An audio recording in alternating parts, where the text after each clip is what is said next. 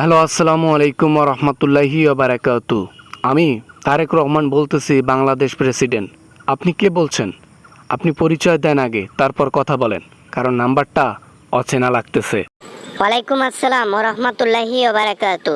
তারেক রহমান, আমি শেখ হাসিনা বলতেছি দিল্লি থেকে। আরে, আমাকে কি কখনো তোমরা দেশে উঠতে দিবা না? কখনো কি দেশে যাব না? আপনি যে অপকর্ম করে গেছেন, আপনি যে গণহত্যা করে গেছেন, আপনি যে দেশ লুটপাট করে গেছেন, এই সব কিছুর জন্য সরকার হয়তো বা কোনোদিনও মাফ করতে পারে, কিন্তু জনগণ কখনোই মাফ করবেন না। কেন মাফ করবে না? আমি কি বাংলাদেশের মানুষের জন্য কম কিছু করছি? উন্নয়ন করছি, তাদেরকে কখনো কষ্ট দেই নাই, কিন্তু শেষের বেলায় এসে আমি একটা ভুল কাজ করে ফেলছি, তার জন্য এইটা। ভুল কাজ করা আর গণহত্যা করা এক জিনিস নয়। আপনি হাজার হাজার মানুষের প্রাণ নিয়ে বাংলাদেশ থেকে চলে গেছেন। আপনি কিভাবে আসবেন এই দেশে? কোন মুখে আসবেন এ দেশে? জনগণ কমে ছাড়বে? নিজের পাওয়ারে অন্ধ হয়ে গিয়েছিলাম, ক্ষমতা আমাকে অন্ধ করে দিয়েছিল। ভাবতে পারি নাই কোনটা করলে কি হবে আর কোনটা করলে কি হবে না। নিজেকে হারিয়ে ফেলে শেষে এই ডিসিশন নিয়ে আমার কপাল পুড়ে দিলাম। আপনি উন্নয়ন করেছেন ঠিকই, কিন্তু উন্নয়নের পেছনে আপনি বড় বড় চুরি করেছেন। এরকম অনেক প্রমাণ রয়েছে আপনার বিরুদ্ধে, অনেক প্রমাণ, অসংখ্য প্রমাণ। আমি চাই না এগুলা বলতে। আপনি কেন এখন ফোন করেছেন এখানে?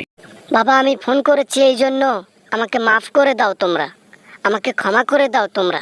দেশের জনগণ আমাকে অ্যাকসেপ্ট করো, দেশের নাগরিক হিসেবে আমাকে গ্রহণ করে নাও। আমি দেশে যেতে চাই।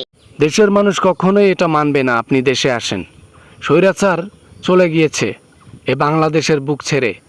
এই বাংলাদেশের বুকে আর কোনোদিনও স্বৈরাচার জন্ম নেবে না বা ফিরবেও না। এত কিছু দেশের মানুষের করা সত্ত্বেও আমি কেন ওই দেশে পা দিতে পারবো না? আমি কি ওই দেশের নাগরিক না?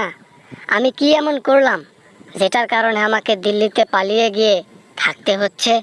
আজকের এই দিনে, এই জুলাই মাসেই আপনি যা করেছেন তা কি আপনি এত তাড়াতাড়ি ভুলে গিয়েছেন?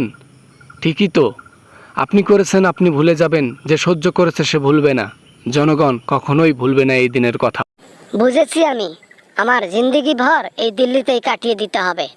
আর মোদি কোনোদিনও ক্ষমতায় না থাকলে ভিক্ষার থালা নিয়ে আমাকে মোড়ে মোড়ে ঘুরতে হবে ছদ্মবেশে, কেউ যাতে আমাকে না চিনে। একদম ঠিক। আপনি যে অপকর্ম করেছেন তার জন্য দুনিয়াতেও আপনি শান্তি পাবেন না, আখেরাতে তো প্রশ্নই ওঠে না। তাই এই দুনিয়ার মধ্যেই আপনার শাস্তিটা হবে, এটাই জনগণ দেখবে ইনশাআল্লাহ।